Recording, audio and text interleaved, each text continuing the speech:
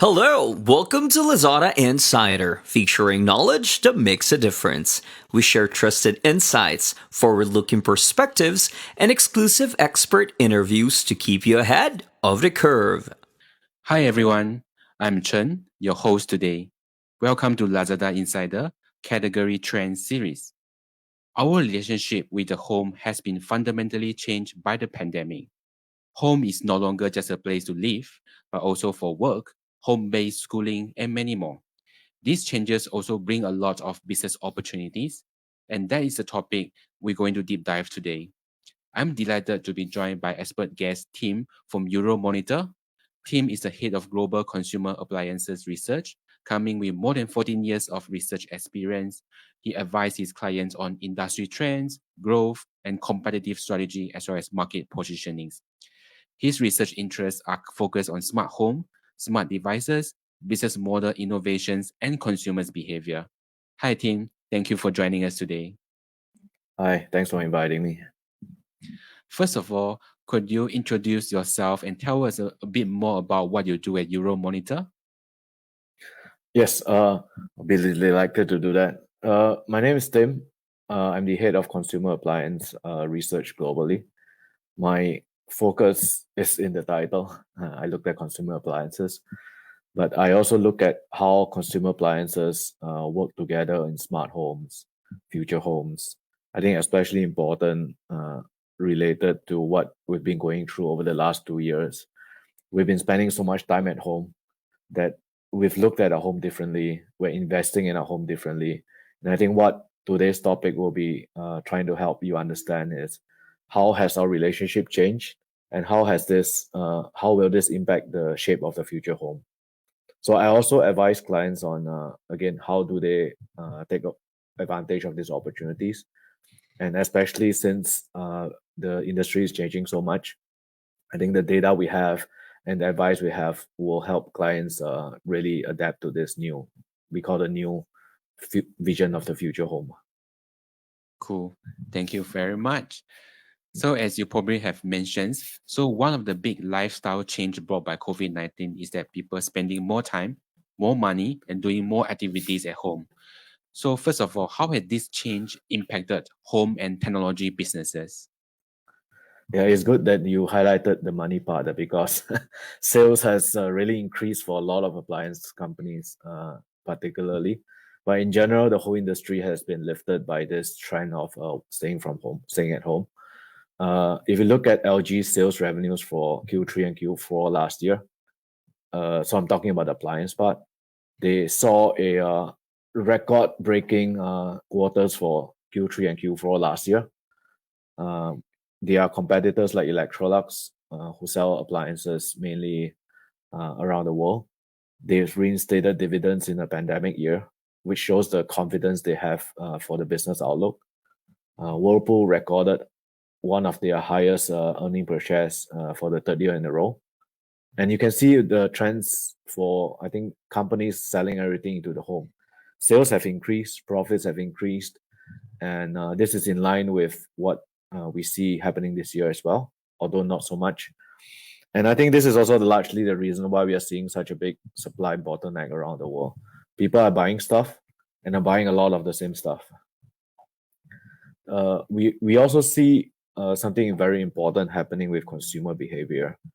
And it's more on how consumers are viewing their purchase criteria.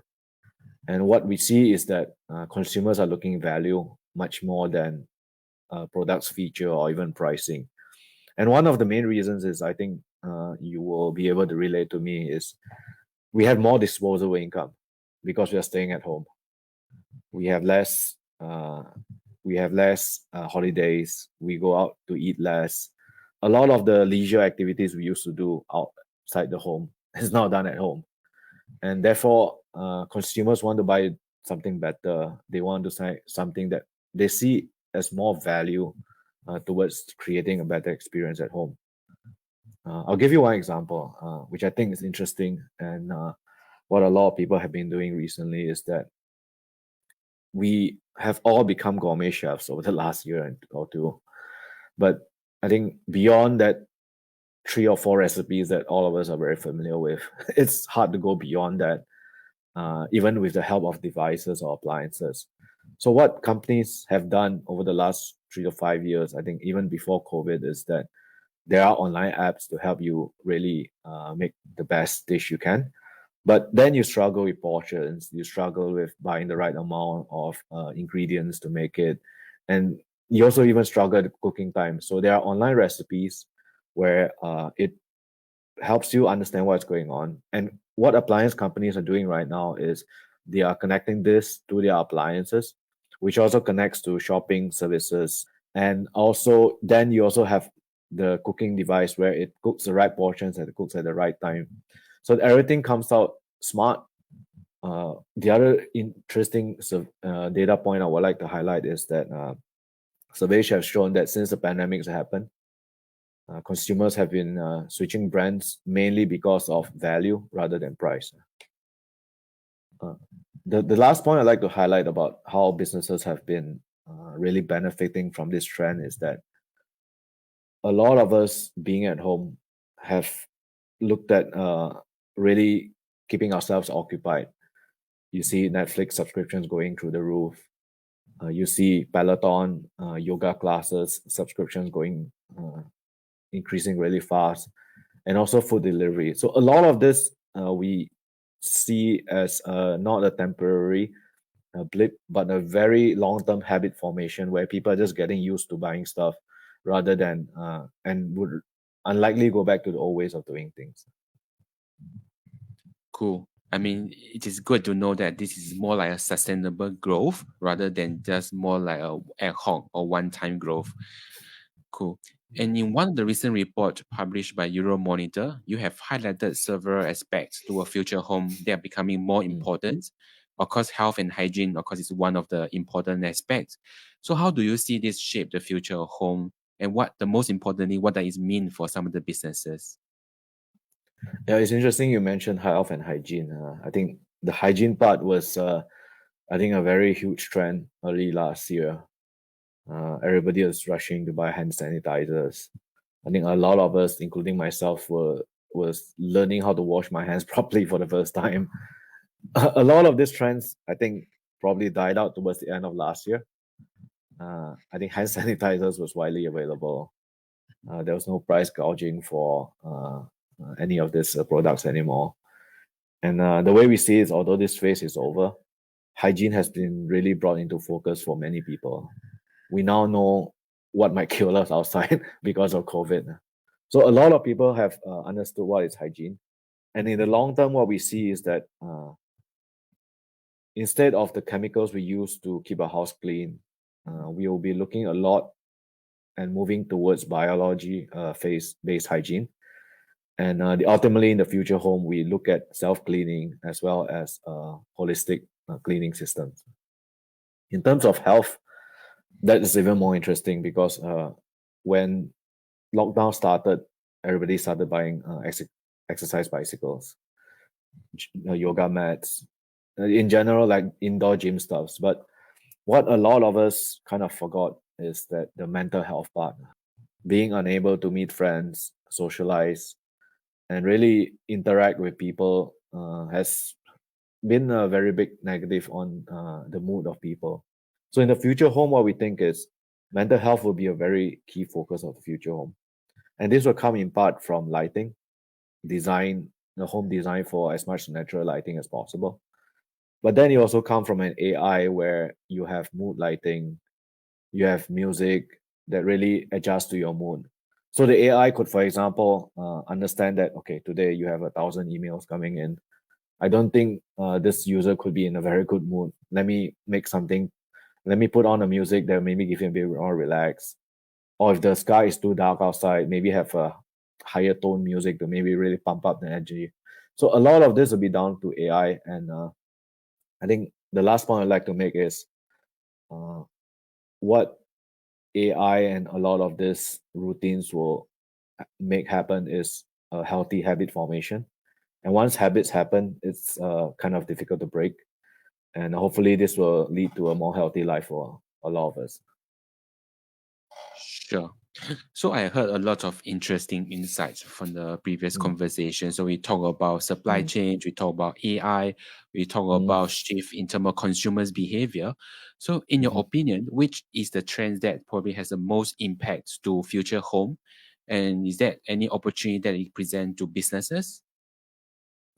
Yeah, it's I think we can't ignore AI and IoT, especially related to the future home. I think if you remember 10 years ago when people started to talk about smart homes, it was all about gimmicky technologies like counting eggs in the fridge, trying to order like a detergent on a subscription basis without knowing what's happening in your current status. I think with AI, a lot of this gimmicky technology will now have value. So, for example, if we go back to the egg counting camera in your fridge, what an AI platform can do right now is to say that, okay, your eggs are running low. It adds a carton of eggs to your Amazon or Lazada Redmart basket. Then it enables you to order the eggs when you want to. I think the very first AI device we saw in a smart home was the Nest Learning Thermostat. That's where it adapted to your user routines. It adapted to whether someone is at home or not, and it really helps reduce energy for consumers. In the future home, what we'll see is clusters of these automated systems, and it will start from the very basic level of appliances talking to each other, talking to the AI platform, and really adding value by giving you suggestions on what you can do at home. I'll give you an example from the kitchen consumer system we discussed earlier. It helps you not only plan your meals, it helps you plan your shopping, it helps you plan your portions, and it also helps reduce waste that you generate from home. So a lot of these are very tangible benefits, and the value that consumers derive will enable them to, I think, invest in these products much easier. In terms of what uh, benefits that companies can get from this, for consumer appliance companies, the data that they obtain from these smart devices will help them with targeted marketing, understanding how their products are used. And this understanding will help lead to better product development and also creating user value added services like predictive maintenance, as well as customer service, proactive customer service.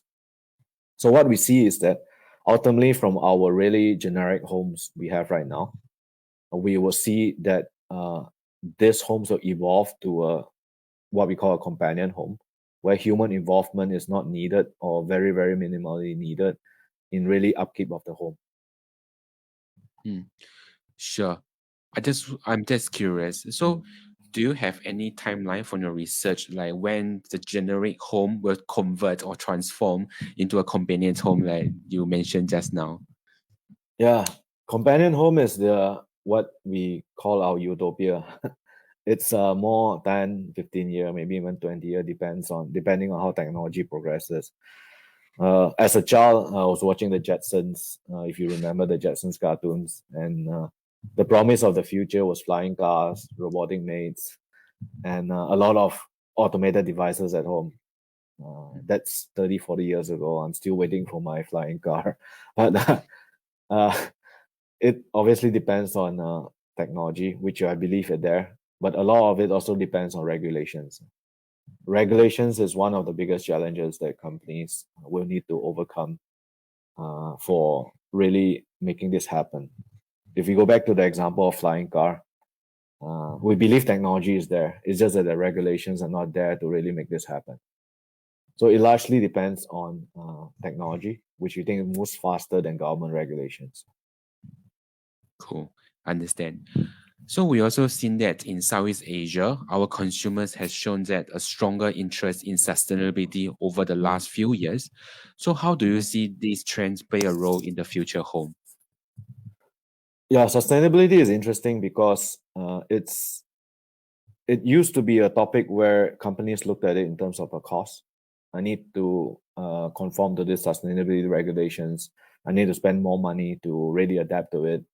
But what we've seen with a lot of companies right now is that they're looking at sustainability not as a cost center, but as a way for them to really profit from profitability initiative, and it's really borne out through one of the surveys we launched last year.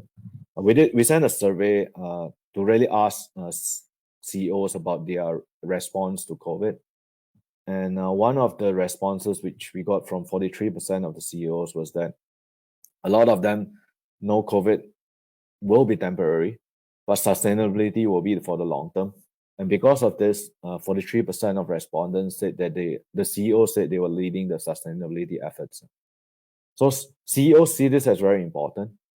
It's again not really something they think as cost to their or drag on their profitability. Now they see it as a way for them to really promote their company's CSR efforts. And when we look at sustainability in terms of the home, there are really many aspects, and I recommend you take or the audience to really take a look at our future home report. We looked at it in terms of 6 different categories. Energy efficiency. So energy efficiency is a very, very topic that we've really all talked about for a long time. Especially in Southeast Asia, it's not really been pushed really hard because outside of Singapore, of course, energy, water is heavily subsidized by the government. So the need from the consumer side to really look at if energy efficiency items or appliances are not really pertinent. But as we see gas prices, power prices increase, and government subsidies reducing, there will be a drive to look at energy efficiency devices. We look at food waste. Food waste is interesting because I think Southeast Asia as a whole home to people who really enjoy their food. Very diverse, people enjoy their food. And it also results in, I think, a lot of food wastage. So how does this, how can we avoid this at home through technology? I think we've talked about the kitchen system. It helps with portion control, helps with ordering the right amount of food that you need. So a lot of this will be helped by technology. And the food that you cook, there are leftovers, will also be stored better through better sealing and better refrigeration technology. Sustainability is also very important in terms of water as well as waste. We've been generating ridiculous amounts of waste. And I think more recently, it's e-waste that has really been at the center of our attention. I read a study that the UN published in 2019 that we produce almost 50 million tons of e-waste a year. And that weight is the same as all of the commercial airliners ever made. So that's a lot of e-waste. And there is a huge drive to really try and recover as much of the waste as possible. And lastly, how do you avoid waste in the first place? So there is a right to repair movement happening around the world. This is really empowering consumers to repair and really recover their own devices before it reaches a trash heap. So right to repair movement is something that I think we should keep a lookout for. Cool. Last but not least, do you have any other trends or business advice to share with our audiences? Yes, there's something I think that's interesting is that we talked about companion home just now, but the companion home also comes together with aging in place. So we've seen how COVID has affected the nursing homes. A lot of the older residents of nursing homes were really affected by COVID. I think the fatality rate was one of the highest. So this really made a lot of people kind of worry about what happens when they grow old. And the term aging in place is not new. It's been around for the last 5 to 10 years. But this has really come to the forefront because we are looking at COVID not being the last of the many pandemics that might happen. And because our older generations have more money. I read a study that baby boomers in the US have more money than all the other generations combined. They have more money to invest at home. And they want to stay at home because it's more comfortable. There's a study that also showed that the ability of someone to recover from an injury at home reduces mortality rate by 19% in patients. So people want to stay at home. they have the money to stay at home.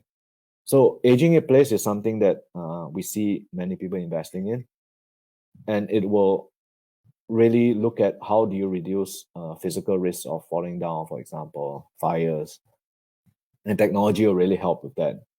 The other part we really need to talk about is also mental well-being, and this obviously comes from companion robots, hologram communication, and I think the easiest part is how you help the older generation develop healthy habits.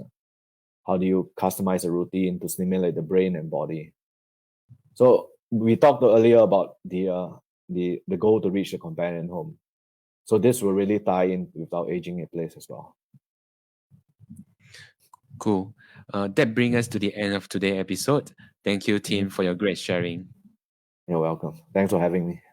This is Lazada Insider. We hope you enjoyed this episode. Make sure you click follow and subscribe so you don't miss our latest insights and expert interviews. Thanks again for joining us. Until next time, take care.